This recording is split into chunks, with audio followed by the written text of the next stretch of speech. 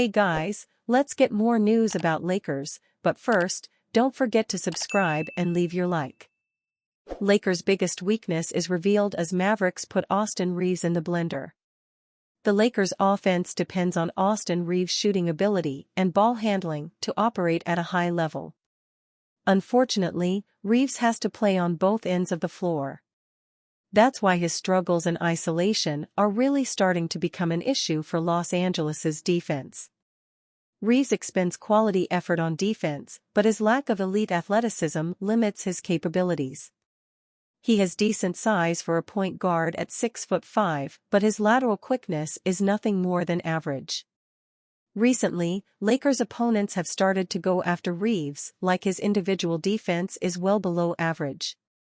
The Mavericks took targeting Reaves to an entirely new level in Tuesday night's 118-97 demolition of the Lakers. They targeted Reaves in isolation on 15 separate occasions. That numbers was almost double his previous high of 7 on the current campaign. Anthony Davis can help erase some of Reaves' mistakes at the rim, but he does not have a lot of other quality defenders playing alongside him in the Lakers' top unit. LeBron James can be a good defender, but he's more of a power forward at this stage of his career when his team doesn't have the ball. His effort on defense waxes and wanes from game to game. Max Christie has the physical tools to develop into a good defender, but he's too inexperienced to really help boost Reaves in the backcourt. The real weak link for the starting five is Rui Hachimura. He struggles in both isolation and help scenarios. When Reaves gets beat at the point of attack, he cannot expect any help from Hachimura. Inserting newly acquired Dorian Finney-Smith could help cover up for Reaves' deficiencies. He's a natural two-guard who has the ability to guard the point of attack in certain matchups. His insertion into the starting lineup would give Reaves some easier defensive assignments. At the very least, opponents would be forced to utilize a screen or two to get Reaves isolated against their top scorers. Ultimately, the Lakers will need to accept Reaves' defensive deficiencies as a trade-off for all he does to power their offense.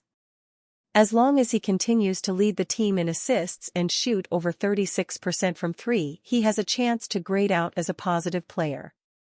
If his offensive production starts to slip, then Los Angeles could find themselves in a no-win situation with Reaves.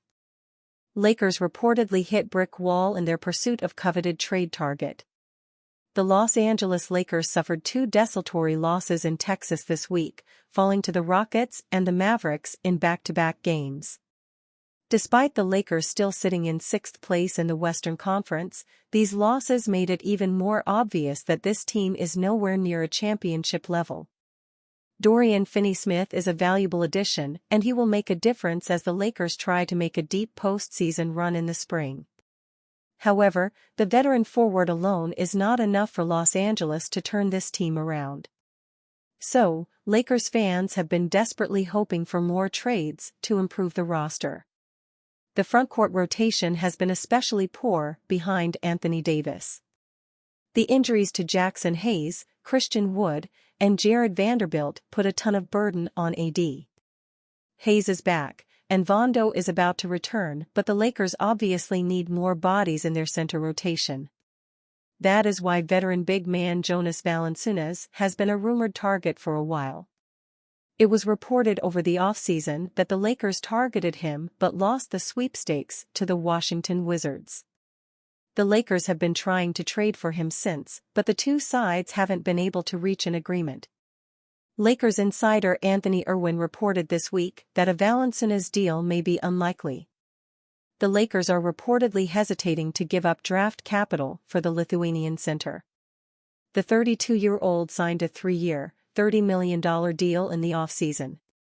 Considering that he would have a limited role in Los Angeles, most likely as a pure backup for Davis in the playoffs, it's understandable that the Lakers don't want to take on that contract while giving up draft assets. The silver lining here is that it could force the Lakers to target better fits. Valanciunas could have played a role soaking up minutes at center during the regular season, but the Lakers need someone who is a better defender and can play next to AD. Perhaps this increases the likelihood of trading for such a player. Lakers expected to open trade talks with Nets for Sharpe. The Los Angeles Lakers completed a trade with the Brooklyn Nets for Dorian Finney-Smith and Shake Milton last month. But they could start talks with the Nets again, this time targeting big man Sharpe.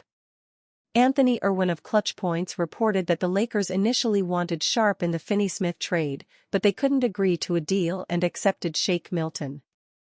According to league sources, the Lakers asked the Nets about Sharpe being included in the Dorian Finney-Smith trade, but were told it would take additional draft compensation.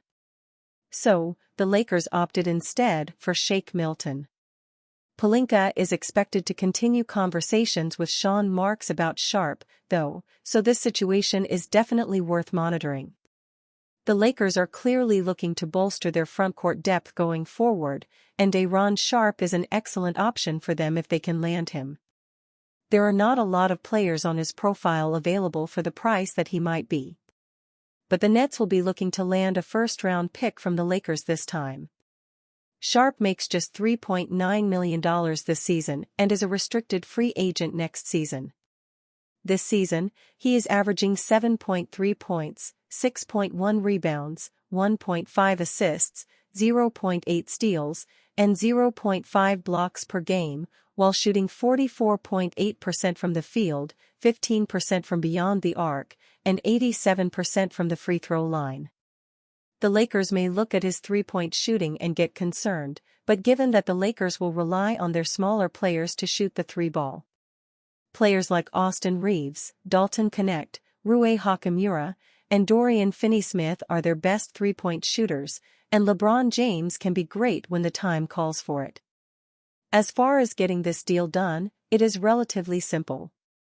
Sharpe doesn't make a lot of money, and the Lakers wouldn't have to give up a lot to get him. A package consisting of Cam Reddish, Jalen Hood-Schifino, and a 2025 second-round pick via the Clippers would be enough for the Nets to agree to send Sharpe. While the Nets would try their best to get a first-round pick out of the Lakers in this deal, it is tough to make it happen, as Sharpe makes very little money and is a restricted free agent this summer. But given that the Lakers are desperate to land a big, and Sharpe is a young player with tremendous upside, it is not impossible. Sean Marks and Rob Pelinka will have to begin their conversations soon, as the trade deadline expires 3 weeks from now, and there isn't a lot of time left to complete this trade. Perhaps they could even expand this trade to include Rui Hachimura for Cameron Johnson, as Hachimura is a player that the Lakers would trade if they could land an all-star caliber player. Regardless of what happens, stay tuned to Fadeaway World for the latest trade rumors, updates, and round-the-clock NBA coverage. And you fan? What do you think of the situation of Sharpe? Leave your opinion in the comments.